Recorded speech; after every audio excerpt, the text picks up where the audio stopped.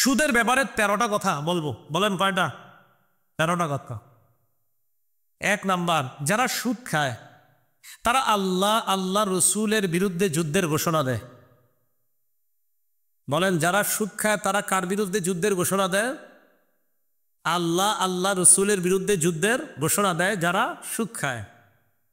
দলিল, সূরা বাকারার 278 এবং 279 নম্বর আয়াতে আল্লাহ বলেন, ইয়া আইয়ুহাল্লাযীনা আমানুত্তাকুল্লাহা ওয়া যারু মা বাকিয়া মিনার রিবা ইন কুনতুম মুমিনিন। হে ঈমানদারগণ, তোমরা আল্লাহকে ভয় করো এবং সুদের কারবার ছেড়ে দাও। ইন কুনতুম মুমিনিন, যদি তোমরা ঈমানদার হও তাহলে তোমরা সুদের কারবার ছেড়ে দাও। ফাইল্লাম তাফালু, আমি আল্লাহ বলার পরেও যদি তোমরা সুদের কারবার ছেড়ে না দাও, ফাজানু বিহারবিম মিনাল্লাহি ওয়া রাসূলিহি, তাহলে আল্লাহ নবীর বিরুদ্ধে যুদ্ধের ঘোষণা দিয়ে দাও। আর নাউজুবিল্লাহ দিয়ে কারো মুখ থেকে বের হয় না ঘটনা কি? হ্যাঁ, সুদের আলোচনায় সবার এরকম আওয়াজ বন্ধ হয়ে যায় কি? কোনো রহস্য আছে নাকি? রহস্য নাই না? তো আগে তো ভালোই সুবহানাল্লাহ বলতেছিলেন, এখন দিয়ে চুপচাপ বলে যে সামনে মানুষই নেই। ঘটনা কি? ঘটনা আছে, ঠিক না? আসো তো অবশ্যই। তা আপনার ভিতরে যদি একটু ভয় থাকে যে আল্লাহ রসুলের বিরুদ্ধে যদি যুদ্ধের ঘোষণা দিতে না চান, আজকে সুদের কারবার ছেড়ে দেন। আপনি যদি সুদের কারবার না ছাড়েন তো আপনি আল্লাহ নবীর বিরুদ্ধে যুদ্ধের ঘোষণা দিয়ে দিচ্ছেন। এই হলো সুদের 1 নাম্বার ভয়াবহ অবস্থা। 2 নাম্বার, যারা সুদ খায় তারা কিয়ামতের ময়দানে পাগল অবস্থায় উঠবে।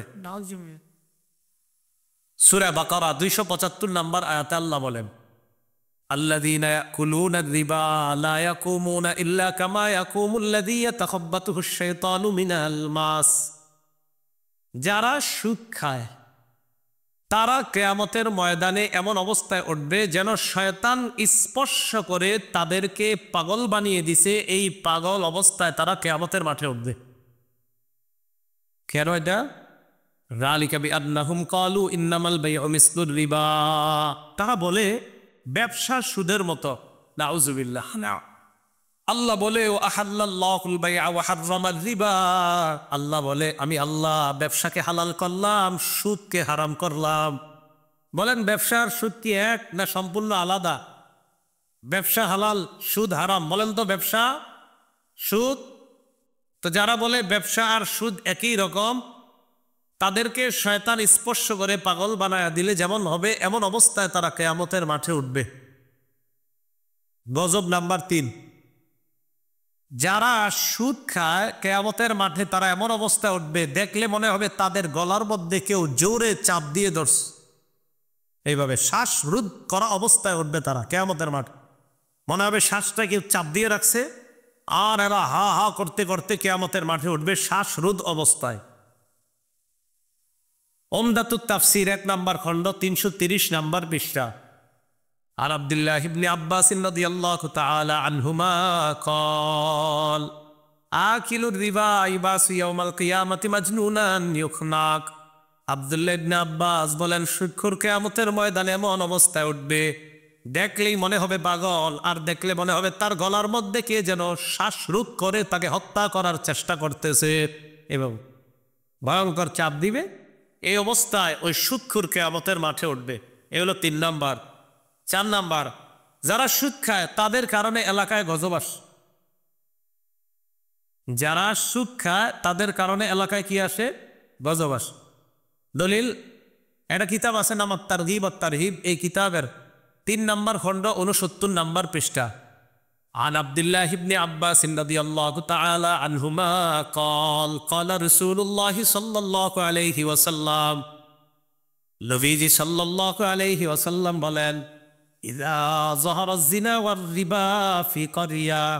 নবীজি বলেন, কোন এলাকার মধ্যে যখন 2টা অপরাধ বিস্তার লাভ করে, বলেন কয়টা?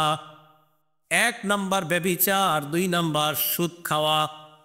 ব্যভিচার আর সুদের কারবার কোন এলাকার মধ্যে যদি ব্যাপকভাবে প্রচার প্রসার হয়ে যায়, কদ আহাল্লু বিআনফুসিহিম আযাবাল্লাহ, ওই এলাকার মানুষগুলা আল্লাহর গজবকে নিজেদের জন্য ত্বরান্বিত করে, আল্লাহর গজব তারা টেনে এলাকার মধ্যে নিয়ে আসে। এরা যারা সুদ খায়, এলো 4 নাম্বার।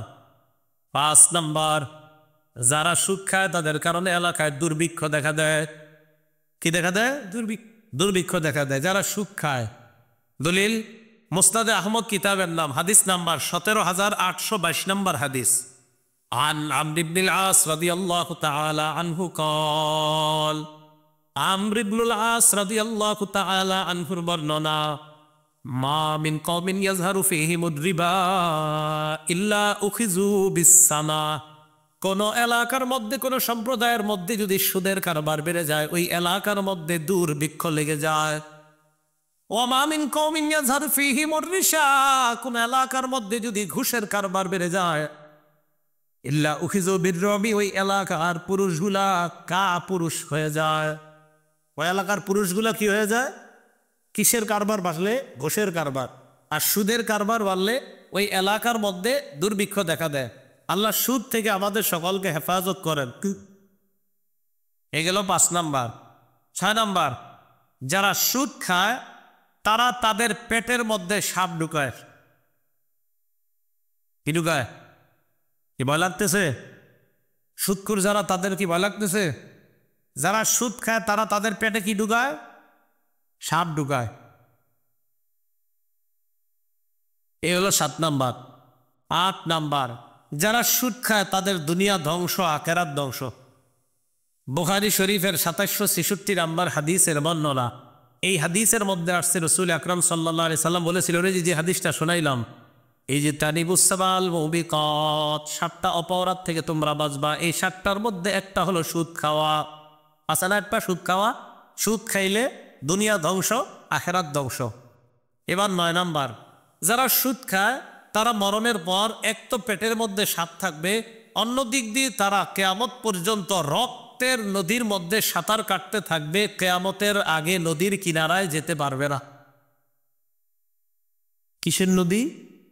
এই পিছনে যে নদীটা, এটার মধ্যে রক্ত না পানি? পানি। আর সুদখোর যে নদীতে সাঁতার কাটবে, এটা কিসের নদী? বুখারী শরীফের 2085 নম্বর হাদিসের বর্ণনা। عن سمرة بن جندب رضي الله تعالى عنه قال قال رسول الله صلى الله عليه وسلم, সামুরা ইবনে জুনদুব রাদিয়াল্লাহু তাআলা আনহুর বর্ণনা, নবীজি সাল্লাল্লাহু আলাইহি ওয়াসাল্লাম বলেন, রাআইতুল লাইলাতা রাজুলাইনি আতায়ান, আমি রাতের বেলা দেখলাম 2 জন আমার কাছে আসছে।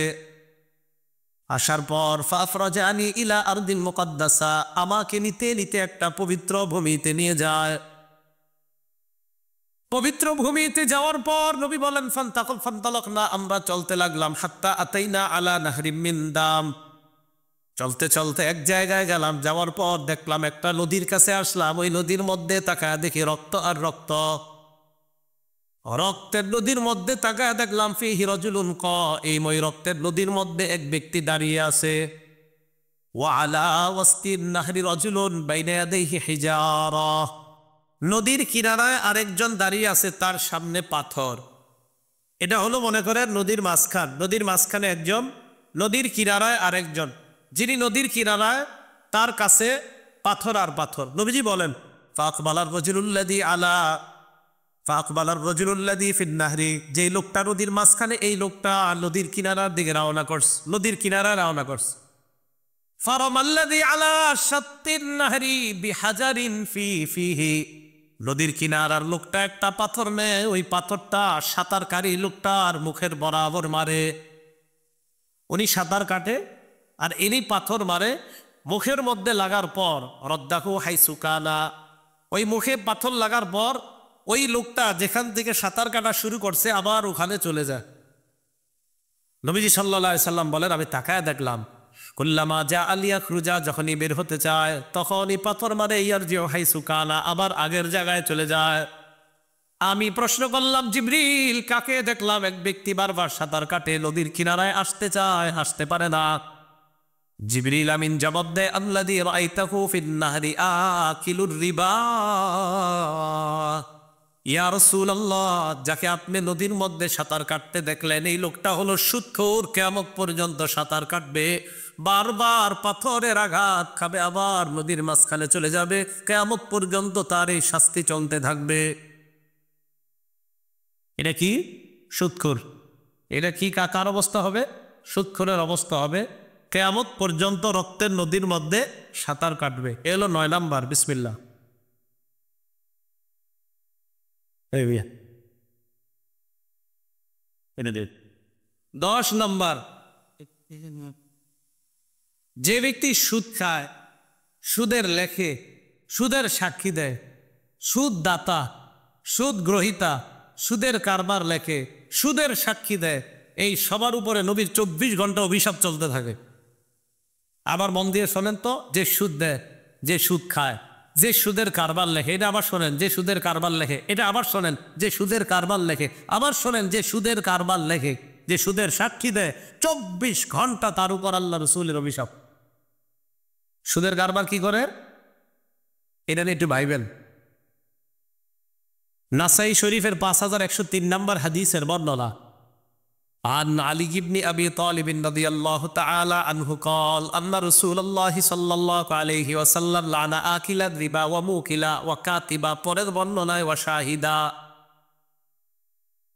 আলী রাদিয়াল্লাহু তাআলা আনহু বলেন, যে ব্যক্তি সুদ খায়, যে সুদ দেয়, যে সুদের কারবার লেখে, যে সুদের সাক্ষী দেয়, তাদের সবার উপর আল্লাহর নবীর অভিশাপ চলতে থাকে। তাহলে সুদ খাওয়া, সুদ দেওয়া, সুদের কারবার লেখা, সুদের সাক্ষী দেওয়া, সবার উপর আল্লাহ রসুলের অভিশাপ। আল্লাহ পাক রব্বুল আলামিন সুদের কোনো কাজের সাথে যেন আমরা জড়িত না হই, আল্লাহ আমাদেরকে হেফাজত করেও। 11 নাম্বার, একবার সামান্য সুদ খাওয়া মানে 36 বার ব্যভিচারের চাইতে বড় অপরাধ করা। কয়বার সুদ খাওয়া? 1 কোটি না, সামান্য, সামান্য পরিমাণ একটু সুদ খাওয়া মানে হলো 36 বার ব্যভিচারের চাইতে বড় অপরাধ করা। দলিল মুসনাদে আহমদ হাদিস নাম্বার 22,007 নাম্বার হাদিস।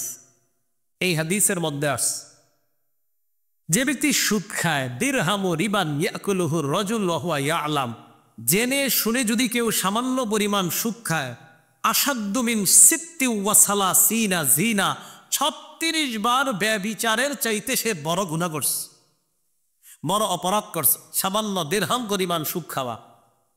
12 নাম্বার, যে ব্যক্তি সুদ খায় আর ওই সুদখোর অবস্থায় যদি মারা যায়, আল্লাহর জান্নাত থেকে সে বঞ্চিত হয়ে যায়, আল্লাহর জান্নাত থেকে বঞ্চিত হয়ে যায়। আল মুস্তাদরাক লিল হাকিম কিতাবের নাম। এই কিতাবের 2260 নম্বর হাদিসের বর্ণনা। এই হাদিসের মধ্যে আছে আরবাউন হাক্কুন আলাল্লাহি আল্লাহ ইউদখিলাহুমুল জান্নাহ, 4 ব্যক্তিকে জান্নাত না দেওয়াটাই আল্লাহর হক। 4 ব্যক্তিকে জান্নাত না দেওয়াই আল্লাহর হক। 1 নাম্বার মুদমিলুল খাম, যে ব্যক্তি মদ পান করে। 2 নাম্বার ও আকিলুর রিবা, যে ব্যক্তি সুদ খায়। 3 নাম্বার ও আকিলু মালিল ইয়াতিম, যে ব্যক্তি এতিমের সম্পদ ভক্ষণ করে। 4 নাম্বার ও লাফুলি ওয়ালিদাই, পিতা মাতার নাফরমান সন্তান। এই 4 ব্যক্তিকে জান্নাত না দেওয়াই আল্লাহর হক।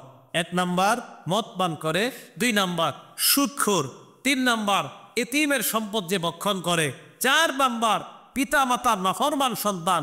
এদেরকে জান্নাত না দেওয়াই